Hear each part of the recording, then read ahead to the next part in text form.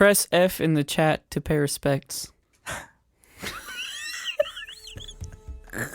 To what? I don't To pay understand. respects. To who? Oh, For That who? don't make any sense. we'll see. To Mysk? To Mysk. We'll see.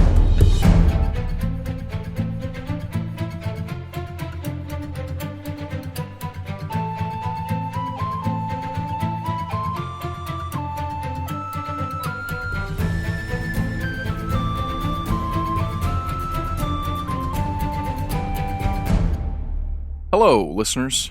Welcome back to Make Believe Heroes, an actual play, mostly family-friendly, Mostly. 5th edition Dungeons & Dragons adventure. I say mostly because I think last time I described blood like spurting onto someone's face. You did. That's a little graphic, you know. Yeah, we got a little violent. Saul is in this season. It's like 10 and under maybe, or 10 and over, not 10. 10 Yes. and under. Anywhere from the age of 6 months to 10. That's I our let my appropriate, baby listen to it. you know, just...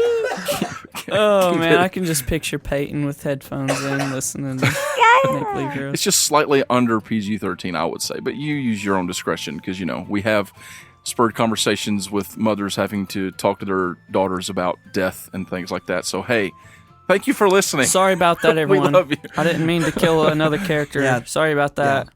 This is rated E10+. Let's not hit any sore spots there.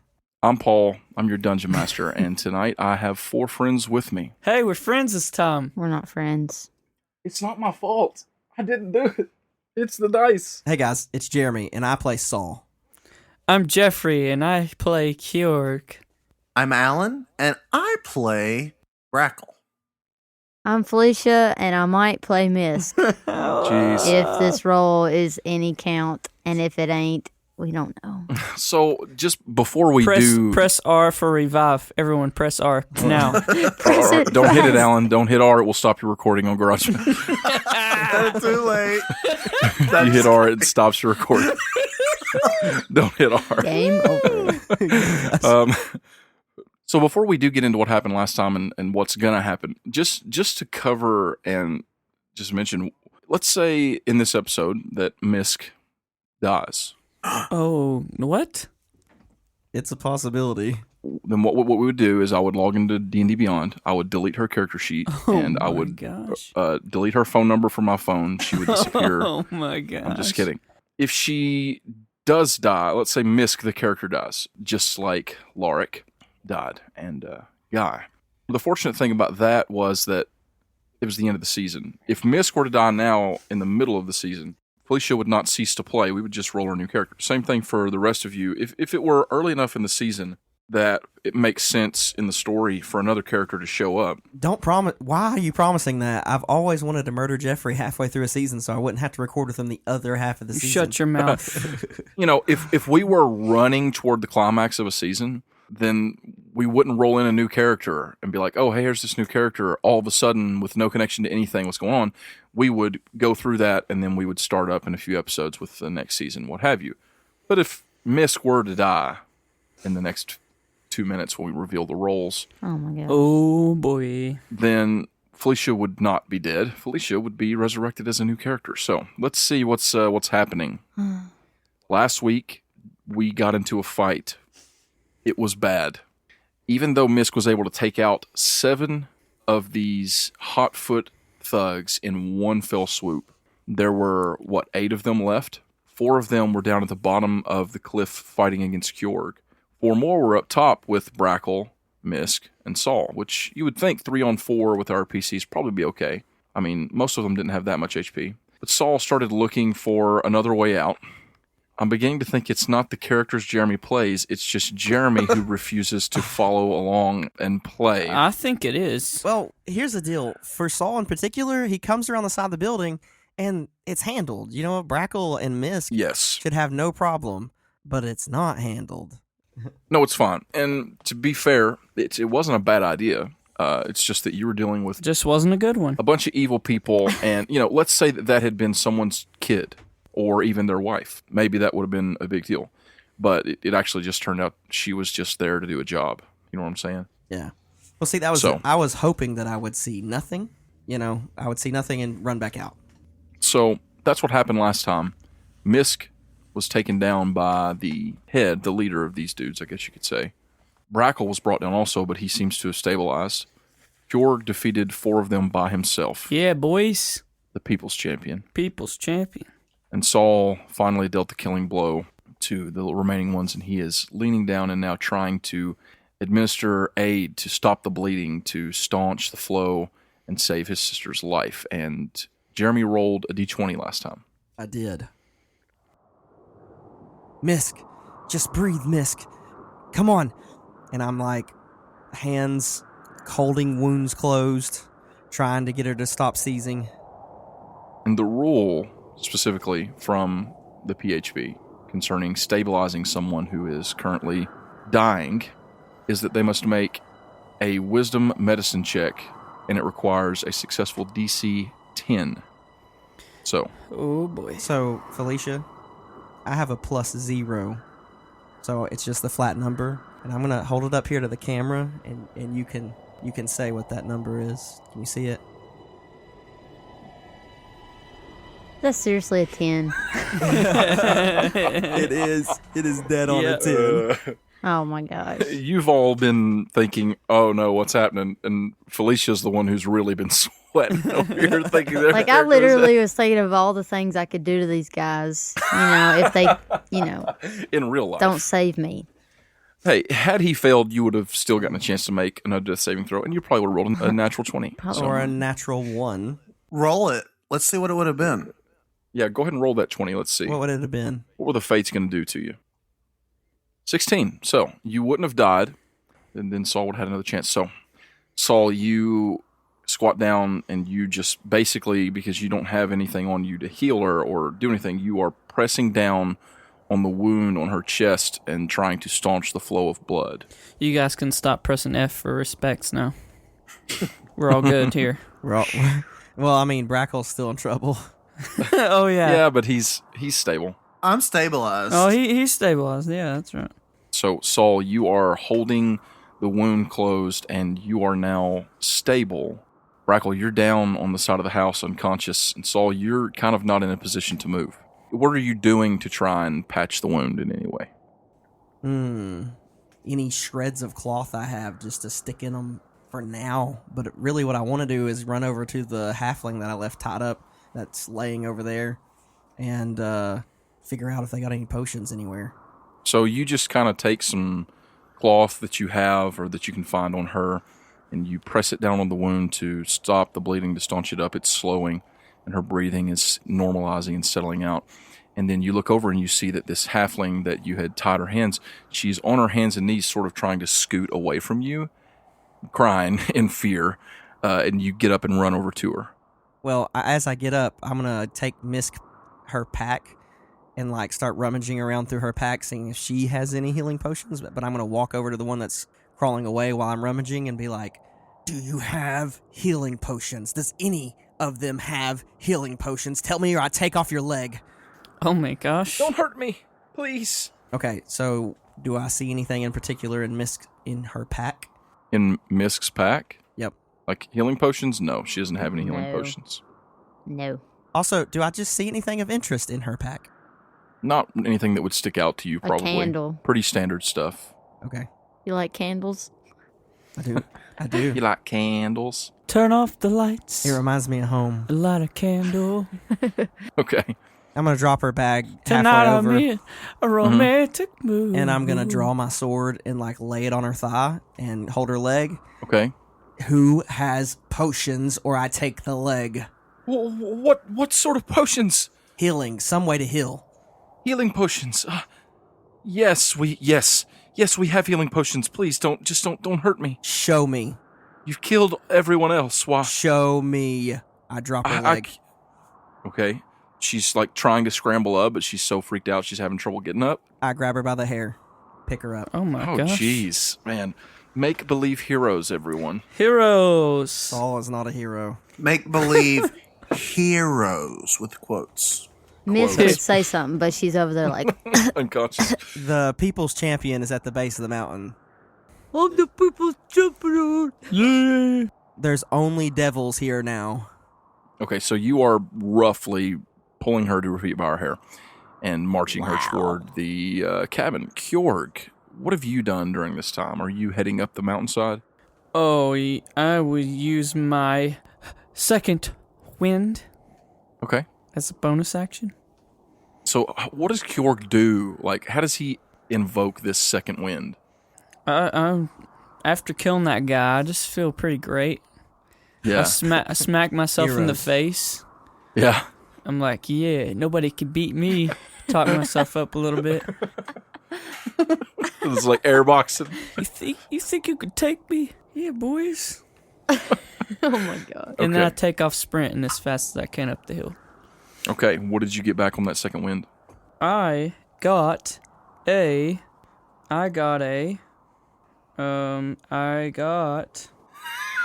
Yes. He's struggling. What did you get? Roll a d10 plus 2. Oh yeah, that's how I do that. He was studying, trying to figure I out was, what I to was roll. looking He for was looking, trying to find it. He's trying to find it. 6. All right, mark that, and let's continue. And then yeah, take off sprinting up that hill. You're running up the hill, Kjorg. You get, I don't know, about halfway up the hill, maybe. Probably not quite halfway up the hill, because it goes up to the left and then turns and goes up to the right. You know what I'm saying? Yeah. Like a zigzagging pattern. And about halfway up, you see a halfling just running full sprint towards you. And he looks and makes eye contact with you and lets out a little and like skids to a stop and is trying to like catch himself and run in the other direction. And you catch up to him. Oh yeah. What do you do? You know what I'm gonna do. Oh no, what do no. you do? Kill him. Oh my gosh, how do you do it? How do I do it? Yeah, what are you trying to do? You just gonna like attack him, or like you're on the side of this mountain cliff? What do you do? I want to double swing my sickle and axe at the same time. Go ahead and roll them both for me at the same time. Okay, so one is a 3 plus 5 for the sickle, I guess. 8. And the other one is a 15 plus 5. 20. Okay, the sickle misses and the hand axe hits. Yeah. It's a 1 plus 3 damage. 4. Okay. He didn't reach down low enough. Nope. You don't kill him, but you nick him with that axe and draw blood. I removed some of his hair. He is scampering away from you, trying to escape. Saul, you step into this cabin. You're kind of pulling her along. What do you do? I'm just asking her, where are they? Tell me where they are. Hurry. Okay, she's kind of whimpering. She heads toward the back, and there's a large cabinet, and she opens it and starts like digging through. And she pulls out a box, and inside there are a handful of small little vials. She says, "These are the health potions." Okay. Are the colors all the same? Like, does the liquid look all the same? Yep, they look congruent with each other. Does that make sense? They look like they're the same to each other. Yep. I open the first one and shove it down her mouth. You give it to her. Yep. I just want to make sure it's a healing potion. Okay. You grab her hair, pull it back, and dump the contents down her throat. And you can see the dagger cut along her cheek slowly start to close up. All right. I frog march her back out to Mysk. Let's go. Come on. To be specific, you've got 4 basic healing potions. Yeah, girl.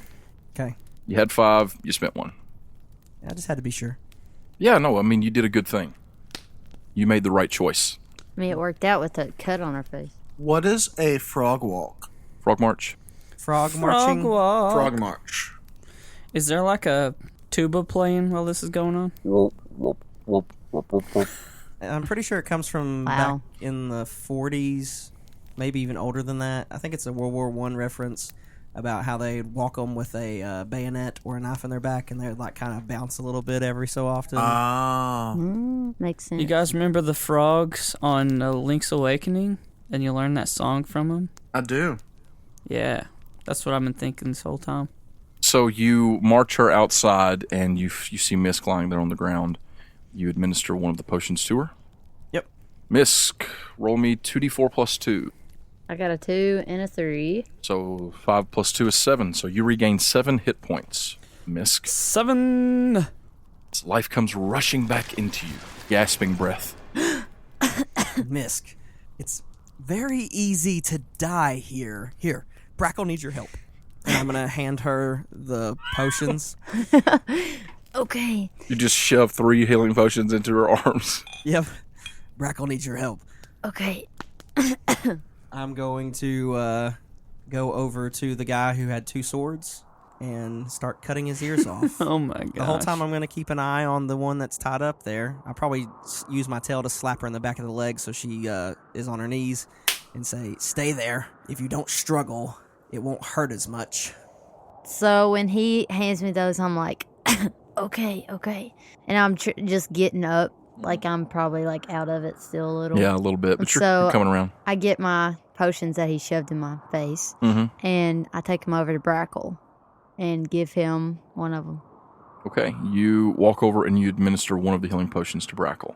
Brackle, go ahead and roll me 2d4 plus 2. You'll regain that. So that's the one that looks like a pyramid, right? That's the pyramid-y one. Kjorg, are you still chasing that halfling up the hill? Yeah, am I faster than him? Because I know I am. Yes, you are. Since I nicked him and he started running, I would just want to, like, catch up and grab him in a chokehold. Okay, give me a strength check. Athletics is fine. Athletics. So I got 1 and a 2, and that makes 3 plus 2 is 5. I see. He says. What's your athletics check there, Kjorgi? 18 total. So, is that higher than a critical failure? It is, indeed. Indeed. So, you run forward, and you pick him up, and he just goes limp like a rag doll, as he literally becomes so afraid, looking up at your scary mug, that he faints. Yeah, boy. I throw him over my shoulder That's and amazing. jog up the hill. Okay, you make the rest of the distance pretty quickly. You come up and you see Saul slicing the ears off of a dead halfling, while there is a female halfling there on the ground beside him, weeping with her hands tied with a rope. You see Mysk helping Brackle up off the floor. Both of them are covered in blood. Brackle is probably working to pull a couple of crossbow bolts out of his body. Things don't look... There's a lot of dead halflings around. Yeah, there are. I also want to rummage, like, he was the leader, so I kind of just want to check and see, does he have anything in particular on him Okay. before I go back over to the female. 10 gold pieces. I will take those. As far as anything, like, of note, just like some short swords. Nothing crazy.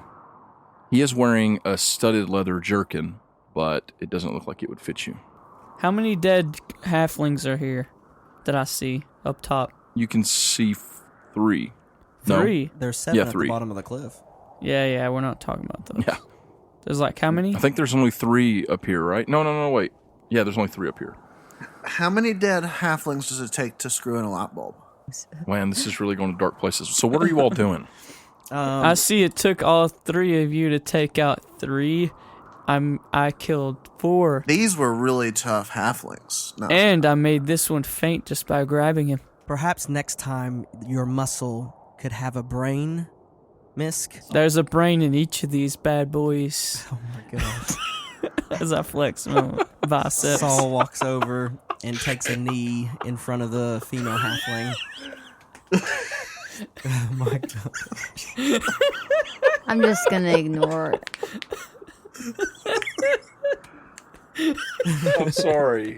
You're an idiot. You're an absolute idiot. I love Oh it. my god. Go ahead. You take a knee in front of the halfling woman. What's your name? Danae. Hello, Danae. I am Sutsaurus. I'm here to kill you now. Oh my gosh, are you serious? However, I would spare your life for the right amount of information. And he's gonna get out a fresh cigar and light it. Would you like a cigar? Please, no. You don't have to kill me. I don't have to. I was going to take pleasure in it, actually. Who are the Hot Feet? And what are you doing here? She looks up at you, looking like from side to side, hoping that... Have you all sort of wandered over that way, or is Saul still just kind of by himself? Yeah. I'm walking that way. I was just talking as I was walking. Brackle was kind of walking around the perimeter, making sure nothing was hiding to pop out. Okay. You scan the area. I don't need a perception check or anything. There's no one else around the cabin. Up where you guys are now, you've completely cleared the area of anyone living. Mysk, you and Kjorg walk over, standing there as Saul is interrogating. Who are the Hot Feet, and what are you doing here? I'm just here to do a job. What's the job? We're harvesting this material, putting it in the vials. My job is What's it called? What's it called? The material.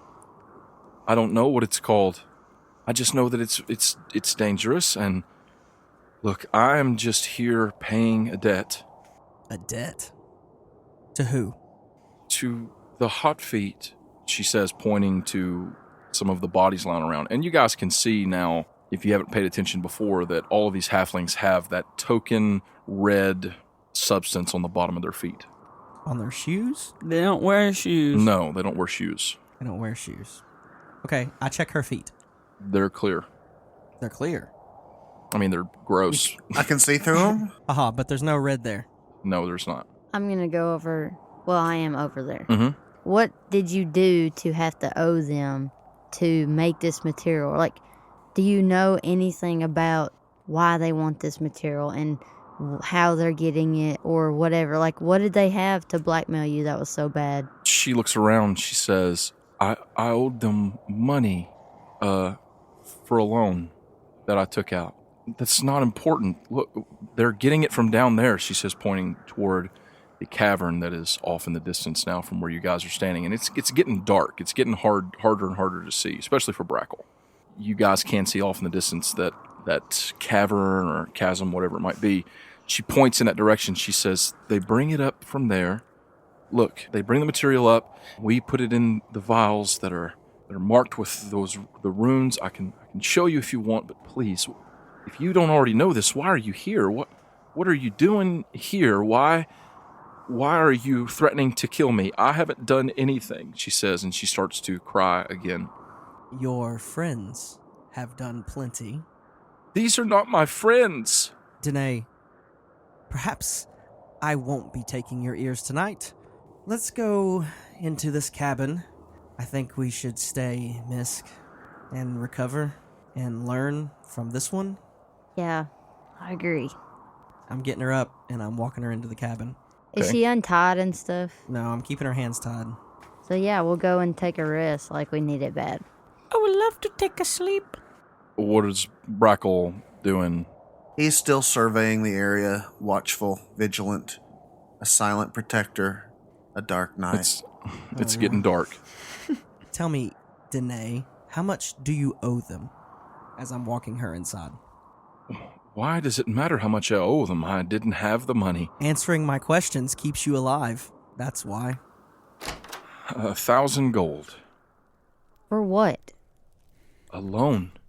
Why did you need a loan? Because I needed a loan. Wow, you're really weird. I needed the money to pay for my home. They were going to take it from me. And now you're working for them and helping them produce this stuff that's almost magic to zip and go wherever they want. And you're okay with that. They just hurt so many people by zipping into a firehouse and catching it on fire. Wait, no. They zipped a firehouse. Yes. Who are you? You don't know me. Have you ever been to Brightport? Do you know what it's like there? What's a Brightport? Yes. It's a city I'm well acquainted with. I've been to Brightport. It's bright. Well, then you should know. The Hot Feet don't take no for an answer. Yeah. I know. They do from me. What are they doing in Branshire? This isn't Brightport. I don't know anything about the Hot Feet being in Branshire. Brackle's looking through the cabinets for some pork and beans to see if they can have some dinner. They have some rations, some food. Pork and beans? We're just looking for anything valuable. Yep. Saul is going to not very violently, like he's come down from the fact that her feet aren't red. He's still going to keep her hands like tied behind her back to a chair, like set her down and talk to her some more before he just, tries to trust her. But initially, he's just going to, he's going to do what Kjork's doing, kind of inspect the cabin and keep talking to her. Okay, the cabin has some bunks set up. They're all pretty short, by which I mean lengthwise for most of you, because they were created specifically for halflings. So they're not incredibly comfortable, but you guys could probably make do, or you can just set up some sort of a pack on the floor if you're planning on going to sleep. The cabin itself is not very welcoming and hospitable and comfy. It has tables set up inside, and the tables are lined with materials. There are these large wooden bowls with some sort of a strange residue in them. There are these cylindrical glass vials that have arcane runes etched into them. Over by the fire, there is like a bellows and a furnace set up for like glass blowing, where someone has been crafting these bulbs, sort of these thin glass bulbs with the etched runes on them. Then there are like these little stoppers. It looks like a sort of assembly line almost, where they've been filling these things up. And Danae shows that to you, and she says, "Look, I don't know much about the hot feet. I'm nobody. They made me come to pay off parts of my debt, and I couldn't say no. I have a family, and they don't, like I said, they don't take kindly to the word no. So I've been doing as they told me. I've been taking this strange material that they bring up in these containers, and I've been filling these vials, stopping them up, and stocking them up." Saul takes a few of the finished ones and slips them in his pack. Okay. There actually aren't that many, and she explains to you that it's a very slow process. It takes a lot for each vial, and they don't harvest that much of it. Okay. But there's a few. I'll say, maybe 3 or 4 finished. Saul's going to take 2, and he's going to take the other 2 and hand them to Mysk. Okay. Thanks. So, what's your number? How many were here working? Can I get your number? I don't know. They don't talk to me much. I think that probably, let me see, and she's kind of counting in her head, I don't know, 10, maybe 15 Hot Feet members here. I don't know, something like that. They come in shifts. They perhaps are some alive? It's possible. There were... how many have you all, she says with a swallow, how many have you killed? 7 fell off the hill. How many up here? I got 2 myself. I killed 4. Plus, there's this one here. Wait, Kjork can count? Did anybody check down the hill to see if any of them survived that fall? I know it's unlikely, but crazier things have happened. Did not see him fall. You saw them down there. You didn't go and inspect them, but you didn't see anybody getting up. They're dead. We should have a pyre. I like pyres. Actually, that reminds me of something. Saul goes outside and gets the ears from the other one that he killed and comes back inside. Oh, jeez. My gosh. So are you all planning on just taking a long rest here or what? Yes. Yep, that's basically it. I'm going to get as much information out of her, take a long rest, and we'll leave in the morning. And if we stay here, another shift might come up from the mines, so we should be vigilant. We should be vigilantes. There's not like a shift from the mine. There's usually only one guy who would bring it and take it back, and not that much at a time. How often do they come? You all killed him. Oh, that guy. So is the likelihood high or low that we see more of them tonight? I would say, from what you all just described to me, I would say that it's low. If anyone survived, it can't be more than 1, maybe 2 of them. And I don't see them coming up here and attacking you all on their own. If anything, they would be running away to contact... Oh, gods. To contact? Contact who? That's the worst thing that could happen. To contact the rest of them. How many is the rest? How many is the rest? Hundreds? I'm talking about those in Brightport. I'm talking How about... far is that? To Brightport, it's miles, days and days travel, but... I don't think we should go there. It's a blink if they can teleport. Who's to say there aren't more of them nearby? I don't know. I just want to make it through this and get back to my family. I might let that happen. Wait. There was one more person here. I've only seen her once or twice. She didn't come in the same troop as I. She came in a different group, but there's a gnomish girl. She stays down in the pass. Down in the pass. And who is she? Do you know her name? No. They didn't really want me talking much. Just to do my work. Well, they're dead now. Do we need to do a check on her to make sure she's not, like, pulling one on us? You want to do like a insight check? Yeah, let's do an inside check. You can go ahead and roll me one, Mysk. 17 plus 1. Yeah, you think she's being earnest. Okay. That's good enough for me. Okay, I say that we rest up. In the morning, we should head for the pass and try to find this lady that she's talking about. Unless y'all think we shouldn't. I don't know. I mean, that fight didn't go so great. But we'll be refreshed in the night. We can take on a gnomish girl, certainly. If need be. I don't think that she's... I don't know. She seemed like a sweet girl to me. What did she do? What do you mean? When she was here with y'all, what did she do? I don't know what she does. What did she work on? I don't know. She's in the past always. Whatever she's doing, it's down there. I assume that she has some key part to play in harvesting whatever this material is. Was she being, what's the word, extorted like you? I have no idea. I don't know what her name is. I know nothing about her. I know she's a gnomish girl, and she came in the day after we got here, and I have not seen her since. We should go look for her first thing in the morning. Maybe she too needs rescue. Maybe. You can come back to us, to Branshire, start a new life apart from your oh, you have family. Yes, I can't leave them behind. This is my prisoner, Rackle. Maybe after all of this is said and done, we can rescue your family.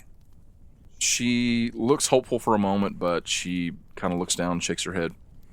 I've never been to Branshire.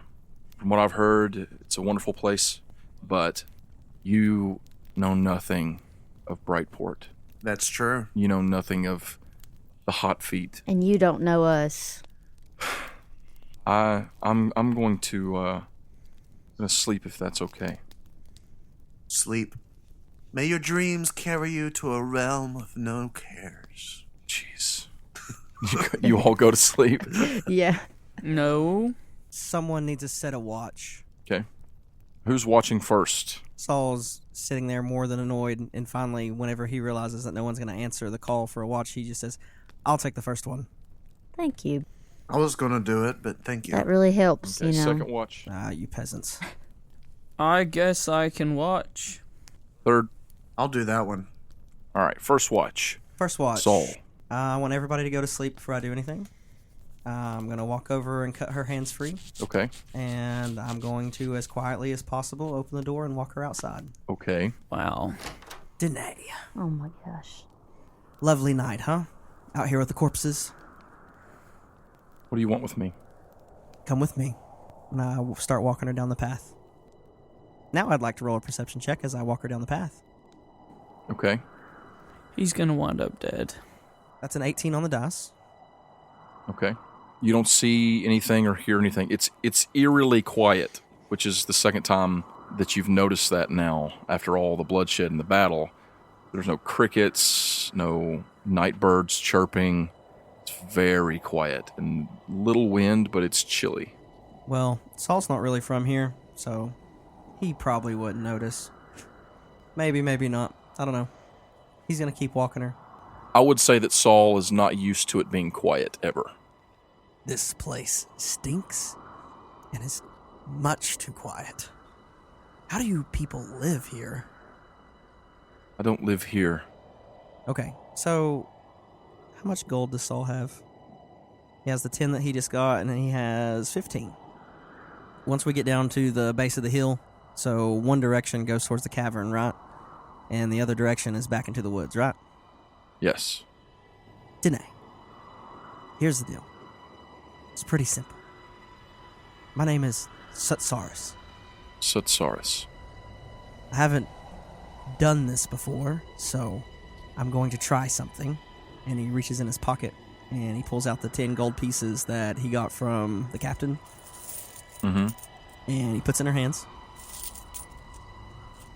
So, if you travel that way, straight, you'll make it to Branshire.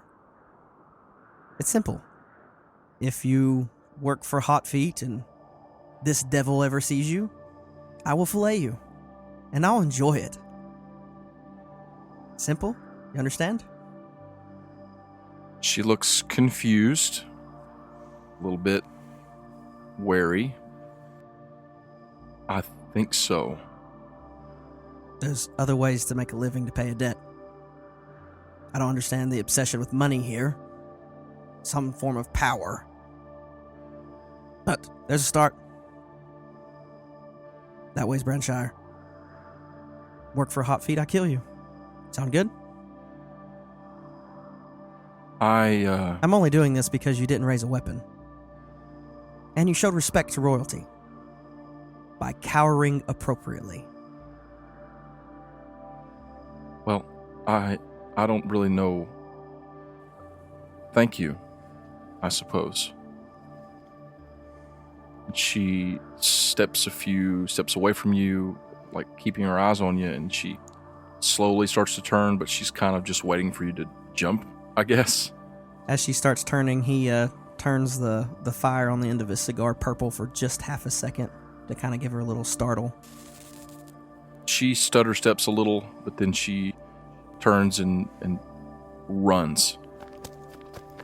Is she being quiet? Like she's not screaming, is she? No, she's not like calling for help or anything like that. She's just running. Saul takes a long draw on a cigar and just stares off in the woods in the direction she went for a while. Blows a smoke ring and walks back up the path.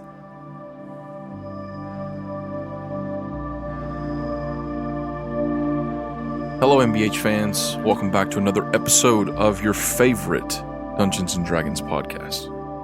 We are 8 episodes into Season 2, and I have to say, personally, I'm having a great time with these new characters, and I hope you guys are enjoying them as well. If you are enjoying these new characters, perhaps you've got a new favorite. You should go onto your social media, Twitter or Facebook, and write a little post about which character from Season 1 or 2 is your favorite PC or NPC, and why. If you do that, and tag us in it, we'll enter you in to win these beautiful white and gold Paladin metal dice from diceenvy.com. All you've got to do is tell us who your favorite character is from the show, from either season, and why, and we'll enter you in for this contest. It's that simple. We'll be doing a drawing here in 1 week, so make sure you get that done ASAP so we can get you in for the drawing and hopefully get these dice to the winner before Christmas. Speaking of Dice Envy, you guys know by now, I'm sure, that Dice Envy is our show sponsor numero uno. DiceEnvy.com is a place where you can go and fulfill all of your dice gaming needs. They have individualized dice that you can't find anywhere else, such as the beautiful wooden set that I bought just a few weeks back, and many, many more that you can select from. Metal, acrylic, there's no telling. In fact, if you go to DiceEnvy.com right now, you can sign up for their monthly subscription starting at just $5 a month. I mean, I can't think of a better gift to give a gaming friend. I know I would love a gift like that. So go to DiceEnvy.com and use the promo code HEROES to make sure that you get 10% off your order. That also lets them know that we sent you, which helps us out. So go right now to DiceEnvy.com. Buy you some new dice. And if you've really been looking for that wow factor, let me just tell you, the best way for you guys to add that wow factor to your games at home is to visit BattleBards.com. Try out a BattleBards Prime subscription, 15% off that with the code MBH Podcast, and you are open to a slew of soundtracks, sound effects, backgrounds, music, etc. They're going to make you seem like the best DM that there ever was. Not that you're not already the best DM, because, I mean, you are. Go to BattleBards.com, pick that up right now. You won't regret that. While we're here, before we get right back into it, I have a 5-star review I want to read you guys. Just one this week that I want to read. This review comes from Tordio, entitled, One of the Best. This D&D podcast is one of the best ones I listen to. These people are hilarious. They keep the gameplay simple yet creative and fun. 20 out of 10. I didn't know 20 went into 10. Tordio. I'm just kidding. I see what you did there. Kind words. Thank you so much. We try to keep it simple. We try to keep it creative, and we try to be hilarious. So, good to know that we're firing on all cylinders. That's about it for today. Let me just mention at the end of the episode, be sure to stick around. There is a little surprise, some fan art that we received. We're going to tack it on to the end of the episode here. Be sure to tune in for that. But for now, let's get back to Saul, who seems to be showing himself in a slightly different light.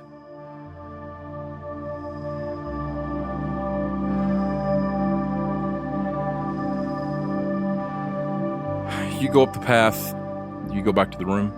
Yep. The rest of you, I don't really need perception checks. You watch this, the night is quiet, nothing happens. It's uneventful, and the morning comes, the sun rises, and you wake. Hitting that long rest button. Everyone can hit the long rest button. Is that the one that's beside the short rest? Yeah, right next to the one that says delete character sheet.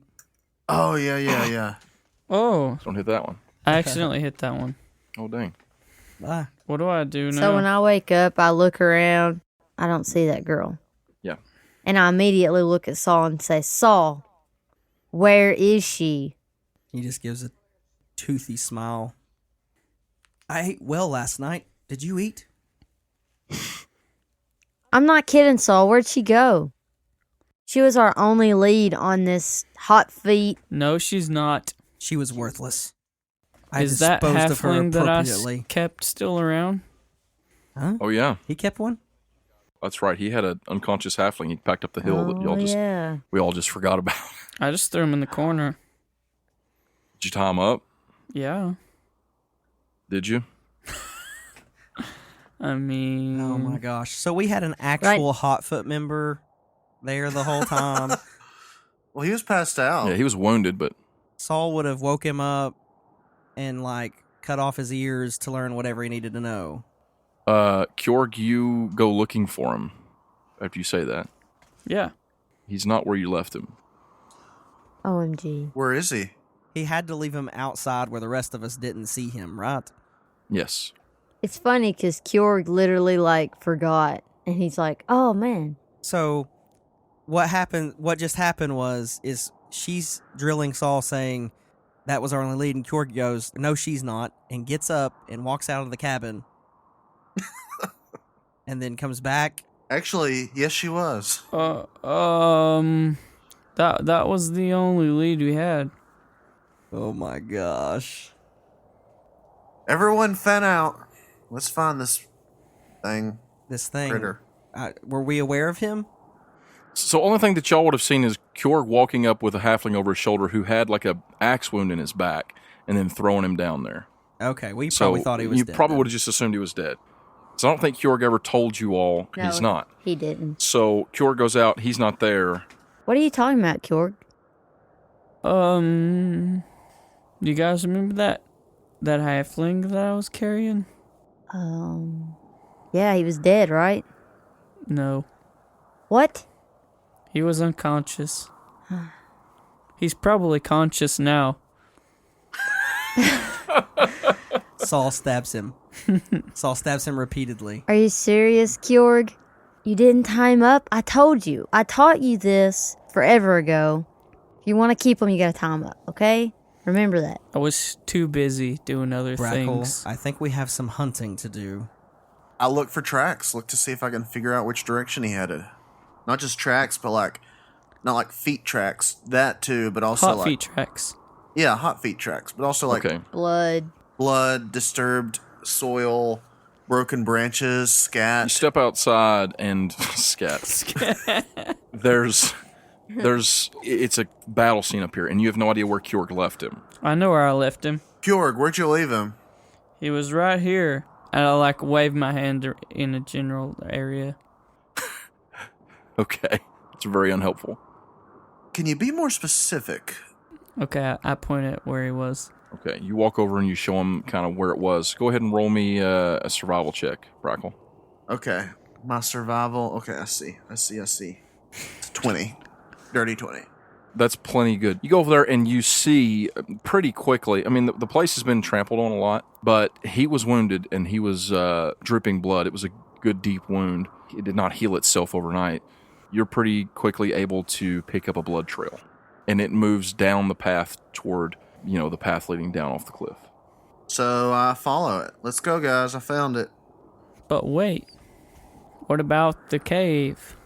We should probably find this guy because if he heads back to the Hot Feet and they know that we're here, they might zip a million of them over here. And right now, the only lead that y'all have is this guy going down the path from the cliff. So you don't know if he may have gone in the cave.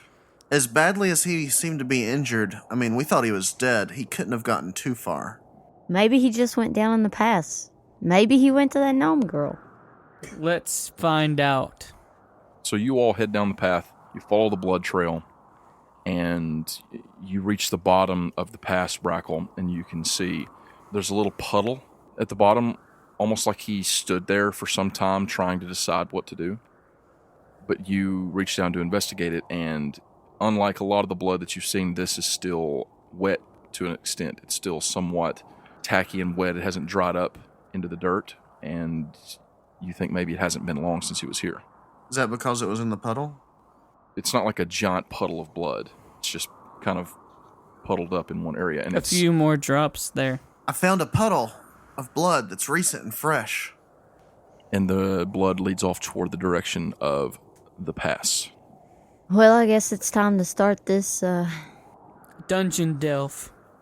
I guess it's time to go down into the pass. Are y'all ready? I say we go. Saul, get your cigar ready. You guys continue forward, following Brackle along the trail into this stony overhead that cuts off into a sort of cavern. And it's cold in here. Can we smell them yet? The moment that you are moving forward out of the light of the sun under the stony overpass, you can feel the temperature drop 10 degrees. I mean, it's cool and damp, but it's not a cave. It's not like you're going down into the earth like a cavern, and it's not into the side of the mountain.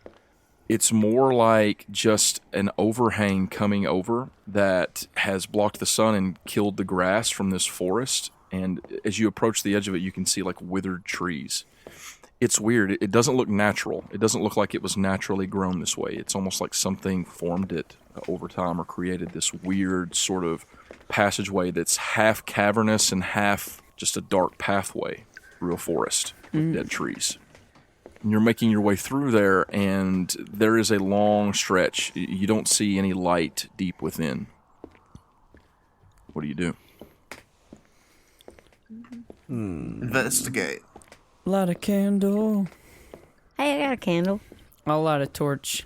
Okay, you light a torch, Georg, and you guys begin to go deeper into the strange pass, and it seems to get colder. It's not like uncomfortably cold. It's just very, very cool down here. I mean, it's probably 50 degrees. Just like Mammoth Cave. Yes, it's cold in there. It's quiet. You don't hear anything for a bit, and you walk for a few minutes.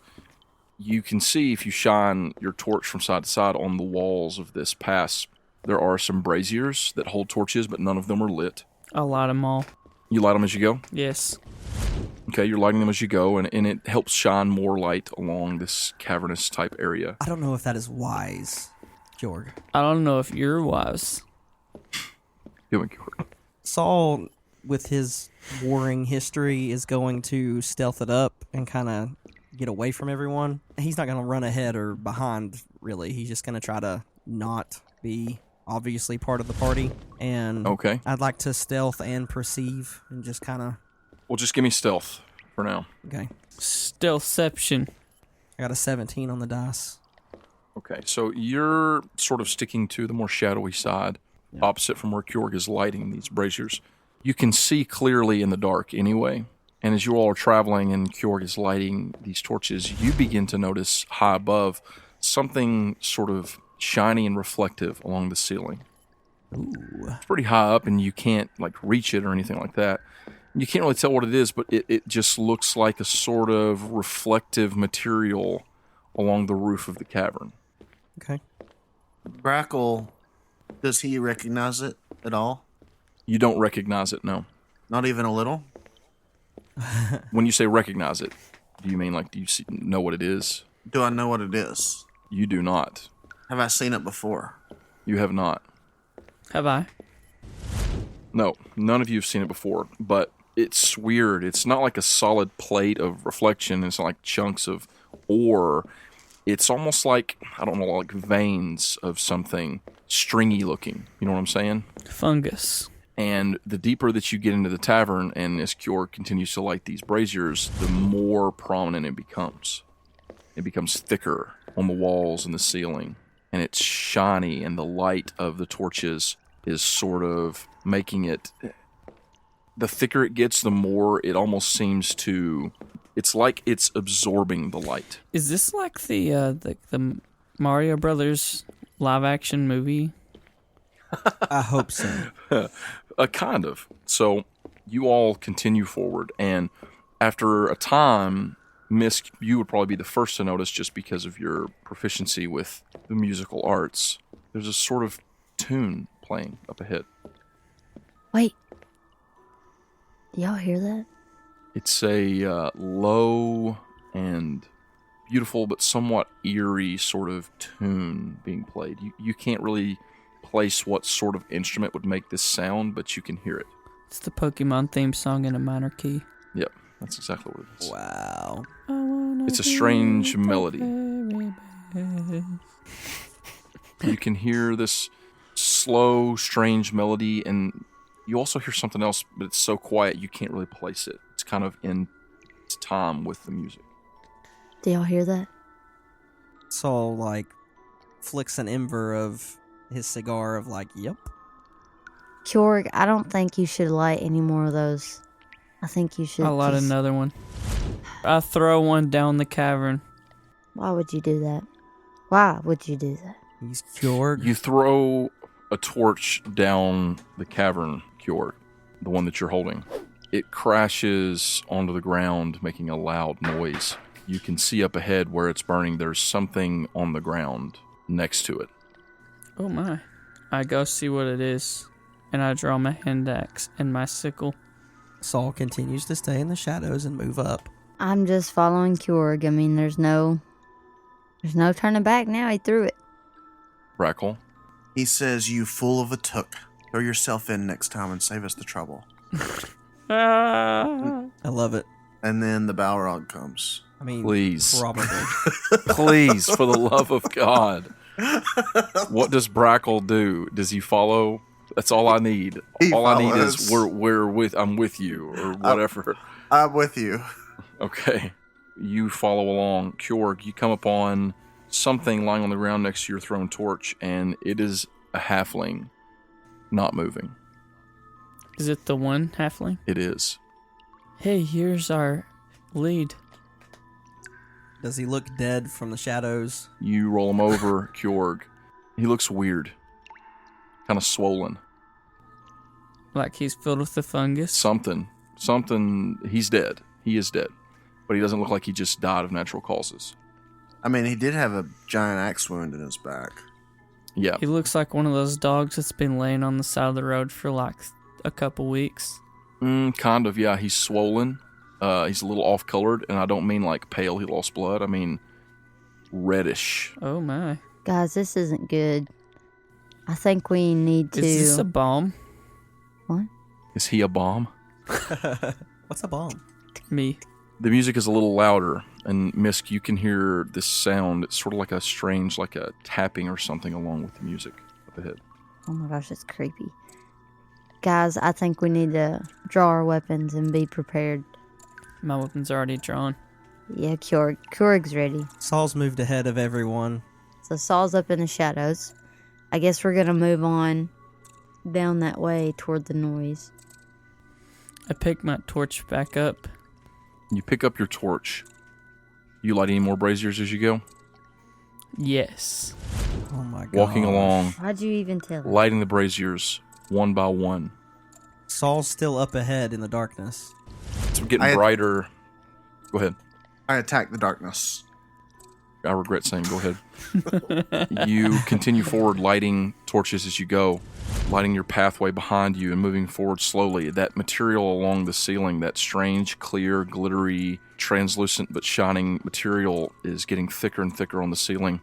And now you can see it sort of almost like it's cluttering up in places, like it's in just patches along the wall now. Now it's not just like veiny or stringy through the ceiling and through the walls. Now it's in great patches in different places along the wall. And moving forward, the music gets louder and louder, and the cavern, the path sort of turns. And before you, there is a lit scene, and it's not lit with firelight. So lit. It's not lit with the light of a fire. It's a sort of low glowing ambience. And you see something really strange. You see a gnome standing there.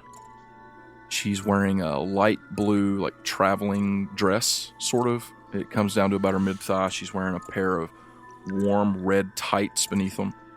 Her hair is long and orange, and it's pulled to the side in a ponytail. She's wearing a pair of thick-rimmed spectacles as she turns her head and looks back at you. And she is moving her hands in a sort of somatic sequence, holding in her hand a wand, almost like a conductor. And the strange music is radiating this area in the cavern. But what really takes your eye isn't this gnomish girl standing there conducting nothing in the air and playing music. It is what's in front of her. Suspended in the air, there are 5 enormous spiders. They are white with large blue specks all along their back, and they are clicking along with the beat of this melody. And their arms, their legs are stretched out like they're being held right in the middle of the air, and it almost seems like they're levitating there in the sky in front of her as they click along with this music and just sit completely still. And she turns back and looks at you all and says, "Oh, hello. I'm Juniper. Who are you?" And I think that is where we're going to end this week. Thank God I didn't want to have anything to do with those spiders. Yeah, right before bed. I'm not. No. Hey, Juniper. Right before bed. Hey, Juniper. Saul's going to struggle to not shout from the shadows. That is it for this week. So thank you so much for listening. We hope that you enjoyed it. We love you. I throw all of my hand axes at the spiders. We'll find out what's going on in this really bizarre situation in 1 week. And as we head into the campfire chat for this week, listen to these eerie tunes playing in the background. This is a spooky rendition of the Make Believe Heroes theme song, created by a friend and fan of the show, The Lonely Cheese. This is his rendition of the Make Believe Heroes theme song for the fabled Make Believe Villains storyline. Be sure to stay tuned after the song ends to hear our chat by the campsite. See you next time. See you later. Bye. We love you. We'll miss you. We love you.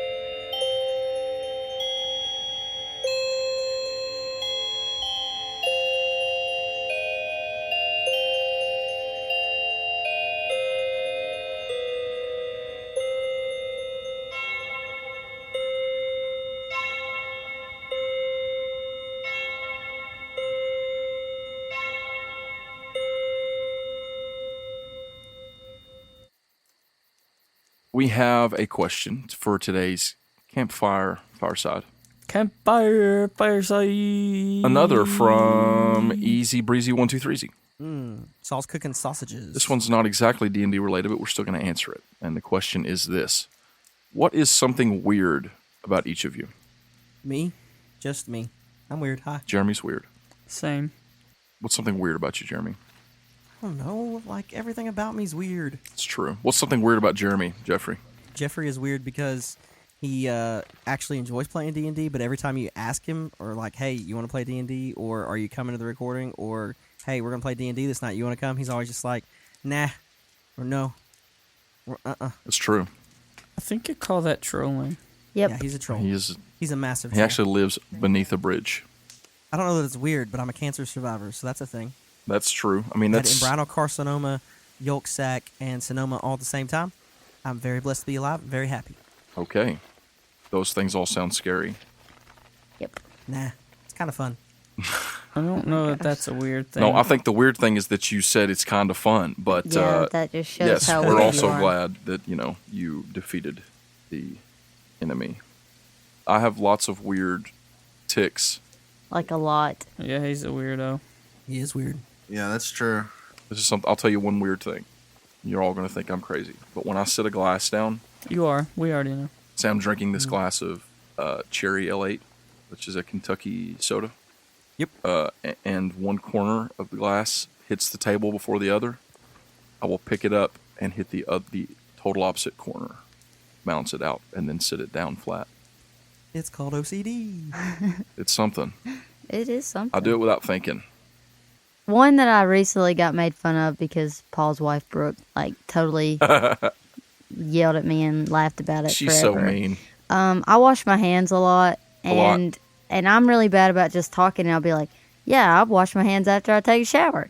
And they just looked at me like, That's hilarious. Don't you have like a What? pre and post hand like washing? I literally wash my hands before I go to bed every night. I wash them in the morning. I wash my hands, obviously every time I go to the bathroom. Sure, obviously. But it's weird because I wash my hands, sometimes before I take a shower. Probably And three times. sometimes after. I just do it a lot. Probably It's three bad. times more than most people. I'm a germaphobe. Okay, so I sometimes, and by sometimes I mean often, play a character IRL, and sometimes I don't know if the character is me or not. I think I've been playing it long enough that I am that character now. In real life, This is weird. that's fun. It just got really weird. Who is Alan Boone? No one knows. He is a Batman. Making of a Murderer, Season 3. No, I mean, I don't know. I often say nonsensical things. No In way. a very deadpan way, Never. and people who don't know me, don't know how to take it. They don't. And it's pretty amazing sometimes. And so I can just BS for a long time. I mean, you did it basically every 30 seconds in this entire recording tonight. I'm on a lot of medicine right now for sinus infection. So, and on top of that, I got that mucus brain because all the goo in my sinuses has made its way into my brain. Okay. Oh my. So the weird thing about Alan is that he's another person. All right. Yeah, We're all weird. I just realized that we're all really weird. Oh, yeah. that's true. Being weird is awesome. thank- Rock your weird flag. Yes, be weird. Let your freak flag fly. I can't say words. Let your fleet fly. I'm done. I watch anime. I was going to say that, Jeffrey. I was going to say the weird thing about Jeffrey is that he refuses to watch anything animated that was not animated by Japan. Refuses. I don't Huge know what anime you're talking fan. about. Unless it's Static Shock. Hey, Static Shock is the best superhero ever. The weirdest thing about Jeffrey, that he thinks that Static Shock is a good superhero. I remember watching much that. less the best superhero. I remember watching that. It was great. See? Static Shock is a fun superhero. See? Yeah, It's he's fun. cool. Yes, I watched Static Shock as a kid. And you loved it. And you remember No, I it. didn't love it. He's your I favorite. thought it was okay. You did. You're a liar. Wait, what's Static Shock? This is goodbye. The best superhero. Goodbye. I pressed F and it messed up GarageBand. Oh no! What'd it do? It did actually mess it up. It just opened some weird media. Yeah, you always gotta love that. Press F to pay respects. Oh, I paid respects and my GarageBand exploded. No more respects from you. Respect.